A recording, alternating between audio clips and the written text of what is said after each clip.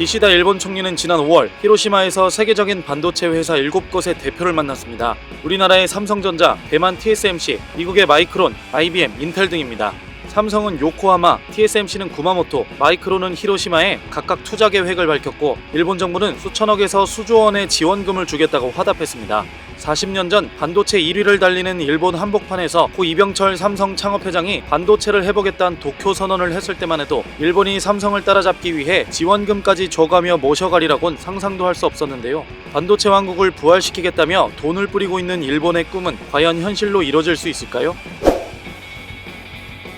소니, 토요타, 소프트뱅크 등 일본의 대표 기업 8곳이 합작해 만든 신생 반도체 기업 라피더스가 지난 1일 홋카이도 지토세 공장 기공식을 가졌습니다. 기공식엔 일본 정부 관계자 외에도 눈에 띄는 사업 파트너가 참석했는데 바로 네덜란드 기업 ASML 관계자들이었습니다. 7나노 이하의 미세공정 칩을 만들기 위해 반드시 필요한 것이 EUV 노광 장비인데 전 세계 노광 장비 시장을 거의 독점한다 해도 과언이 아닌 곳이 바로 ASML입니다. 신생 반도체 기업 라피더스는 ASML의 노광 장비를 활용해 2027년까지 2나노급 반도체 양산을 목표로 내걸었습니다. 그들이 공언한 것처럼 2나노급 양산에 성공한다면 단숨에 전세계 최상위 반도체 기업으로 올라서게 되죠.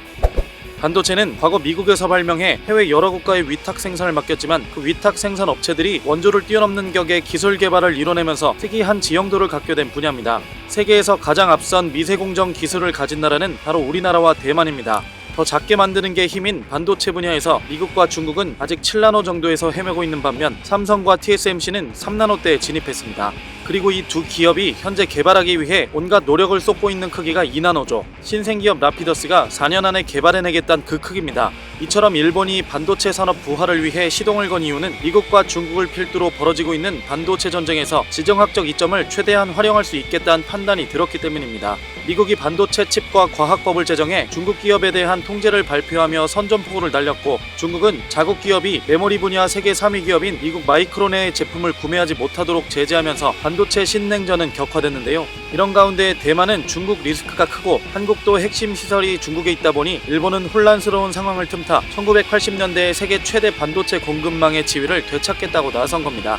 라피더스는 정부 지원금 약 3조 원을 받아 설립 1년 만에 공장 건설에 착수했고 앞으로 5조엔 우리 돈 약 45조 원을 더 투자할 것으로 예상됩니다. 고이케 아츠요시 라피더스 사장은 공장 기공식 후 1000년에 한 번 오는 기회라고 말했습니다. 미국이 중국과 복잡한 이해관계를 가진 한국과 대만 대신 일본을 중심으로 공급망을 재편할 경우 큰 수혜를 볼 수 있다는 기대 심리가 작용했습니다.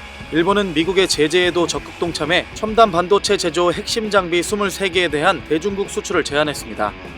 하지만 반도체 업계에선 일본이 한국, 대만과의 벌어진 기술 격차를 몇 년 안에 따라잡긴 어렵다고 보고 있습니다. 야심차게 2027년 2나노 양산이 목표라며 떠들곤 있지만 현실은 삼성과 TSMC가 이미 15년 전에 개발한 40나노 수준에 머물러 있습니다. 특히 일본은 독자적인 첨단 반도체 설계 기술을 보유하지 못했는데 라피더스는 미국 IBM과 협력해 기술 부족을 메운다는 계획을 내놨습니다. 그러나 업계에선 삼성전자와 협력 중인 IBM이 일본과 기술을 공유하기 쉽지 않기 때문에 라피더스가 공장 건설 이후 계약을 얼마나 따낼 수 있을 것인지에 대해 벌써부터 우려의 목소리가 나오고 있습니다.